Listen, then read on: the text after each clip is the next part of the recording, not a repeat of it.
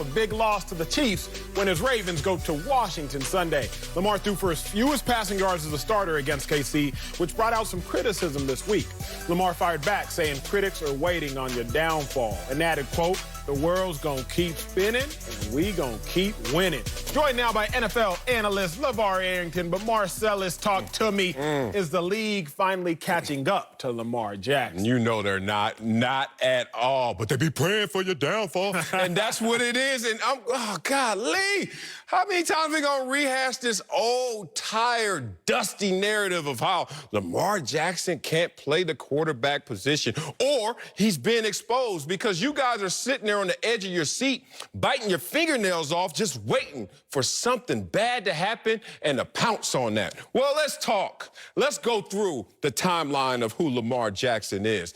When he was coming out of college, what did we hear? You ain't want to switch positions. Wide receiver, running back, can't play quarterback. Oh, really? Okay. Come out my first year, guess what I do? I hold a clipboard for Joe Flacco half the year. Other half of the year, I'm saving my coach's job and getting this franchise direction pointed upward. And I go and take us to the playoffs. Woo-hoo. And then after that, we saw him against the Chargers, and we were like, ugh, he can't throw. Even if he plays quarterback, he can't throw. What does he do in return for him? He goes out there, not only wins the MVP, he becomes the youngest to ever win an MVP and only the second guy ever to be a unanimous MVP. And now people's like, well, yeah, he could throw, and yeah, he could play quarterback, but he can't keep it up. Probably going to get hurt. I don't know if this is sustainable. So now people are running and waiting for him to lose again the third time to the Chiefs. And now y'all think y'all got your moment. Seize the moment right here because he can't play. Look at the difference between him and Patrick Mahomes. Yucky. Well, the full screen king is back to let you guys know that y'all takes are whack. This is the same old song for a guy, Lamar Jackson. Last year, youngest MVP. Last year, only the second unanimous MVP. Look at these lowly performances. Week 5, 161 yards. Yuck. 143, week 7. Yuck. 163, 105. What the hell you out there doing? And 145 against the Buffalo Bills Mafia. And guess what he won? MVP. My point is this. Y'all got to dive into your history. You got to know what you're talking about. For it to be an amazing season doesn't mean every single game has to be amazing. He had one blip on the radar. The rest of this is going to be greatness as usual. Here's what I will say. The league has not caught Lamar Jackson. No.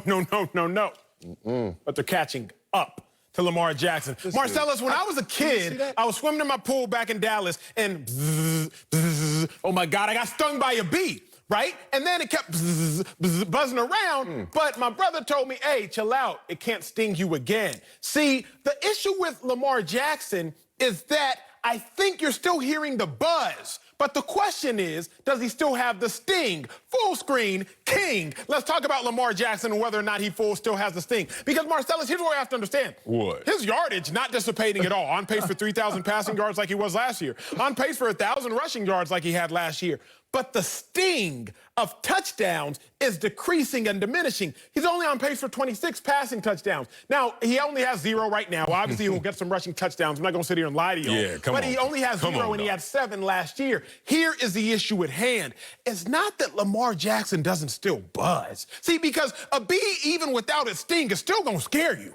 When Lamar Jackson takes the field, he's still going to scare you. A bee without a sting is still going to put a little bit of fear in your hearts, especially if you're allergic. Lamar Jackson, when he takes the field with those highlights, hurdling people, spin moves, fantastic plays, still going to put fear in the hearts of defensive coordinators. But the fact of the matter is, defensive coordinators don't have to worry as much at this point, at this junction in time, if Lamar has his sting, because that sting is touchdowns. Right now, he's only on pace for 26 compared to 36 last year. Right now, he only has 0 rushing touchdowns, 7 last year. The issue isn't as Lamar Jackson still got that buzz. It isn't have defenses caught Lamar Jackson. But are they catching up to Lamar Jackson? Absolutely. Defenses, it's inevitable that defenses catch up to any offensive scheme or any offensive player.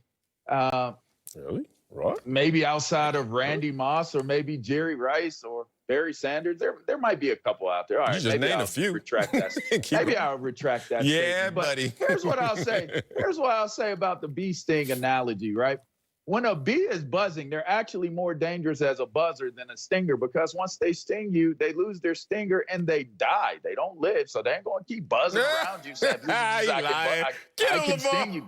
Go look it up. Go look it up. That's real. I got a bunch of bees in my backyard. So you're a bee expert now? I got a gang of them. Right. Go look it up. So you're a beeologist. Go look it up. The bee will die. So the bee ain't moving around without a stinger. So you don't have to worry about Just made up that whole 3-minute line. Get on LaVar. So the point is that if you're hearing a buzz, then if you're thinking you might get stung, there's a possibility that you can still get stung. Oh! Now, you should have used a wasp. A wasp can repeatedly sting you. They stick, pull it out, they stick you again, they pull it New out channel again. alert, National Geographic. You know what's even more intimidating than a wasp or a bee? A mosquito. I get more unnerved off of a mosquito than I do a bee. Lamar, you're making my point.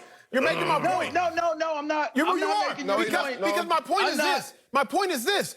Lamar Jackson right now doesn't have the same sting. You talk about, after they sting you, they die. That's to a degree my point. Cam Newton, 2015. No. Cam Newton, 2015 MVP season. After that MVP season where he accounted for 45 touchdowns, he had 24. You could argue that he figuratively, statistically died. Matt Ryan, MVP season 2016. Year after Cam Newton, he accounted for 38 touchdowns in his MVP season. The year later, he accounted for 20. You could argue that he figuratively died. Yeah. My point is the exact point that you're making.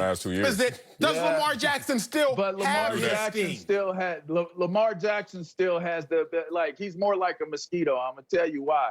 Because if he hits you with that mosquito bite, you're going to swell up in every single place that he hits you, right? So it's more of a comparison to that than it would be getting stung by a bee. I think he still has the ability to move around the NFL in that way, where he is an intimidating factor to these other teams that are out there.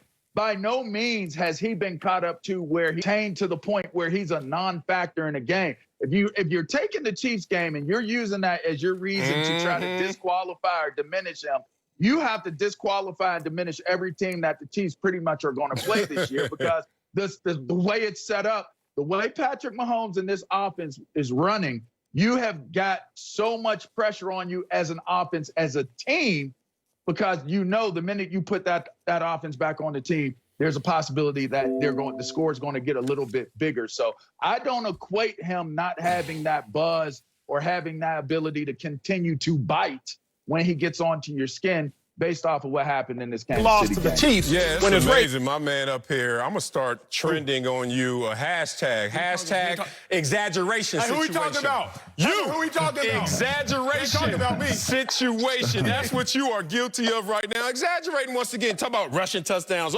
Through 3 weeks, he has 0 rushing touchdowns. When last year, through 3 weeks, he only had 1. What the hell are you talking about, big dog? So here's the thing. Acho, man. Why you mad, Acho? The only thing he said good this segment is he had a pool growing up. Congrats, generational wealth. I love that. Here's the thing. Nice. We are going to talk about what we saw against the Chiefs. A game where, once again, Lamar Jackson had under 75 quarterback rating. He's had 7 of those. 3 his rookie year, 3 in the MVP season, and 1 this year. And you know what his totals were in those 7 games? What, Marcellus? 3 touchdowns in 7 games, 6 interceptions in 7 games, and 142 yards per game average. And guess what that has added up to who we think Lamar Jackson is? See? Second, third best quarterback in the league, Acho? See, go back to that pool and chill out with a margarita. I was going to let Marcellus go to break, but I've learned Marcellus's tricks. Marcellus will try to drop the mic, dance on you, and go to break before you have time to think about what he's saying. Marcellus, the difference between that 1 touchdown over the course of 3 games and 0 touchdowns over the course of 3 games, you're a smart man, again, went to Columbia, is 5 touchdowns on the season. Again, making my point. You and LaVar talked for 10 minutes just to further my point. Coming up mosquitoes, in our big story, LeBron James isn't about the antics from